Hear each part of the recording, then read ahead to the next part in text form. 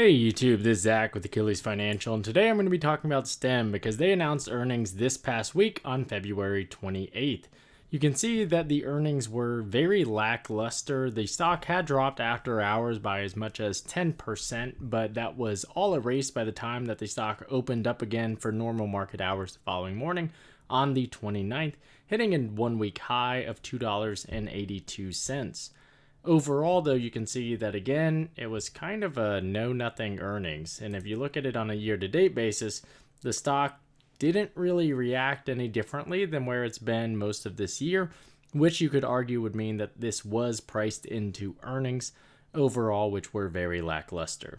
One of the things that I want to note before we head over to the presentation is that this market cap currently sits at about 400 million. This is very different than at one point in time in the past. It's been as high as nearly 2 billion in total market capitalization. Another interesting thing that I want to call out is that nearly 70%, and this is as of 2/15, of the outstanding shares were held by institutions or institutional investors. This goes to show that there is still a large amount of larger players owning these shares. Now, some of that is going to be due to different ETFs, but there are still going to be some larger funds that hold STEM shares. And then the last thing that I want to note is from a short interest perspective, there is still about a quarter of the outstanding shares that are held short, which is a very high percentage. They're one of the largest sold short companies out there right now, which is definitely never on the side you want to be on because that generally is pointing to negative performance. That being said, the company does seem, and this is something that I walked out of the earnings with, they do seem to be able to stand on their own 2 feet. And generally, when I think of companies that have very high short percentages and outstanding items there, generally I'm looking at those as it's going to zero. But I don't see STEM as something that's going to drop to zero based on the commentary that we heard and the fact that it sounds like there's not going to be any additional dilution in the near future. So this is something I'm going to continue to watch, see if there's larger money that is not going to be deployed in short fashion against a stock like STEM. And to be fair, if we were to see some really good news or some positive moves, then that could be a negative reflection and could cause a lot of upward mobility in the stock price. But all in all, again, these are just things that I wanted to note. They're readily available on Schwab, which is what I'm utilizing. But all in all, I think it's important that we talk a little bit about the earnings. And to do so, I'm going to head over to the earner or the investor presentation. Now, if you want to be on the investor call and listen to some of the information that we walk through, that is available on this channel. We did live stream it. You can see some of the chat and the commentary from a number of the individuals in the Discord, as well as those of you who have been subscribers specifically for STEM.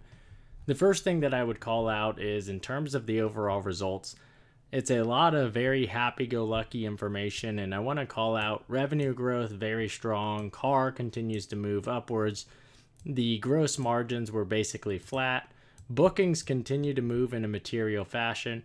And then on an adjusted EBITDA basis, which again, you know, if you've been here for some time that I don't love adjusted EBITDA as a metric, but it's important to note that from a operating cash flow perspective, adjusted EBITDA perspective, it does sound like the company is going to be cash flow positive in 2024, even if they're not net income positive. And that's just the nature of some of the GAAP accounting type of metrics that we're going to be evaluating.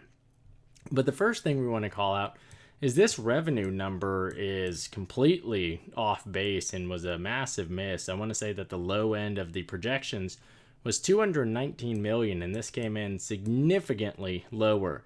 And even over the course of the entire call, it seemed to me that they were kind of glossing over the fact that there was going to be a big miss there. And that was something that I, as an investor, did not really feel comfortable over the course of the call for them just kind of ignoring the fact that it was a pretty material and substantial miss. They did talk about some of the deals that are going to be coming in at a later date. They acknowledge that bookings as well as revenue is going to continue to be, their words not mine, lumpy.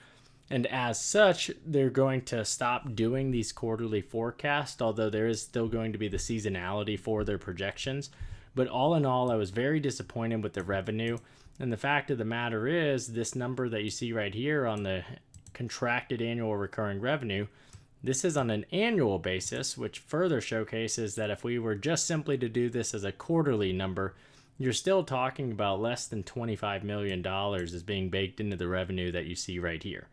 So the continued push to showcase that, hey, this is not a software company and more so a hardware reseller, I think that is a valid statement because you can see it in their revenue numbers. And if the revenue on the left-hand side is not growing at a large enough move, then you're not going to see this CARR number move up in a material fashion as well. So therefore, what? If the revenue and the story is kind of starting to collapse a little bit, does that mean that the investment is over?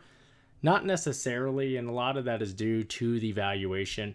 And for some of that, I'll show the projections for 2024. Before I go down there, I did want to highlight that they are expecting to have $50 million plus of operating cash flow in 2024 without any additional equity issuance.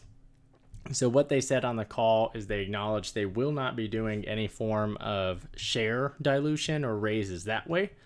And in addition to that, they have no plans to raise outside financing. So that is very, very good because, again, we want to keep those shares to have that same representation as they do today.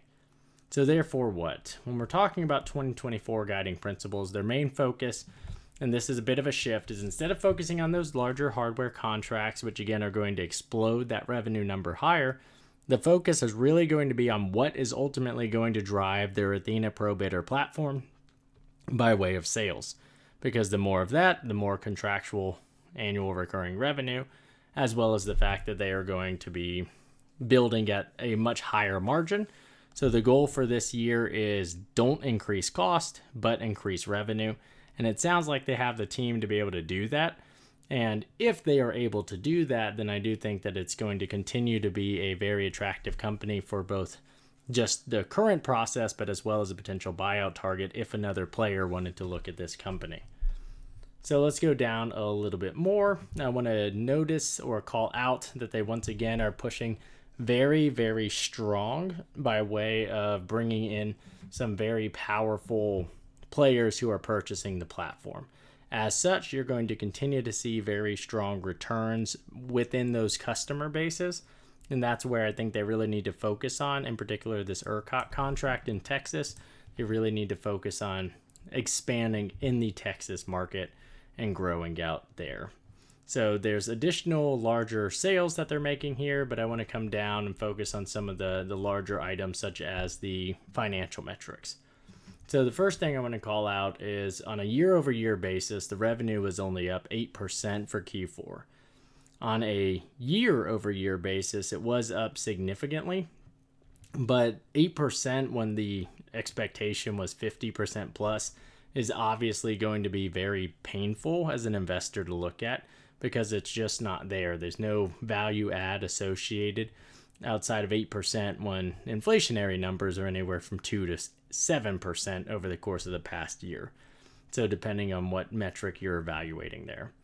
In addition to that, if we're looking over here on an operate or a GAAP margin basis, while we did see a jump in the non-GAAP, I would highlight in the GAAP, we're basically break even, and we need to see some level of additional cash flow coming from those gross margins, which is primarily going to be from the software side. Coming down below, backlog continues to grow in a material fashion. CARR next year should be around the 110, 120 mark, which again will be built in for another $25 to $35 million per quarter, which we really like to see. All in all, the company on a full year basis, they grew in a material way, but we're not growing profitably. And I think with the 2024 focus to grow profitably, it'll have the company be able to stand on its own 2 feet. Therefore, what? Well, for the 2024 guidance, I would call out that we're not seeing the same type of massive increases that we've been showcased over the past couple of years. As such, what we're already going to be expecting from my perspective is that we need to see beats on beats on beats on these revenue numbers. And in particular, and probably in a more important fashion, is we've got to see at least 1 or 2 quarters of net income positive. And I think that they've got the company metrics to be able to do so if the dollars come in an appropriate fashion. That revenue recognition has to be a clear focus. And some of these larger deals, they just don't seem like they're getting done in a quick timeline. So if we can have some beats on revenue and we can have some truly positive net income quarters, then I think they'll be in a comfortable position. From a bookings perspective, obviously we want to acknowledge that those are some large scale numbers and I want the sales to stay there. But I think the focus on revenue is going to be more important from my perspective. On the guidance commentary, I'll leave this here on the screen so you can kind of read it, but they do acknowledge that there is additional upside if some of these larger deals close. I continue to say, even if they close, they've got to be done in a timely manner, and they seem to be struggling to recognize that revenue.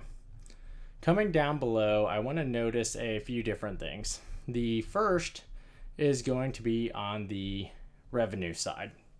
We continue to see that even though there is this push towards recurring revenue, we're still not seeing a large percentage of overall sales come from the software side. A lot of it is still from the services side, even if we do want to claim that that is recurring basis. As such, this continues to be punitive for the stock. Down below, we can see those revenue numbers. And then the last thing that I want to note is when we're talking about adjusted EBITDA as a figure, one of the reasons I don't like it is you can see that stock-based compensation figure in here, where in 2023, the company did have $45 million paid out. This is both a good and a bad thing. The good news is a lot of those individuals are not looking to turn around and sell the stock at this point in time, which is why you see a lot of the buy figures associated with internal management. That means that a lot of the management team at STEM does have a very large incentive for the company to succeed and to materially do well. I mean, there is a noticeable percentage of the company where if the stock were to go to $20, $30 a share, they would become millionaires. And as such, or at least if they're not already millionaires, they would make more millions.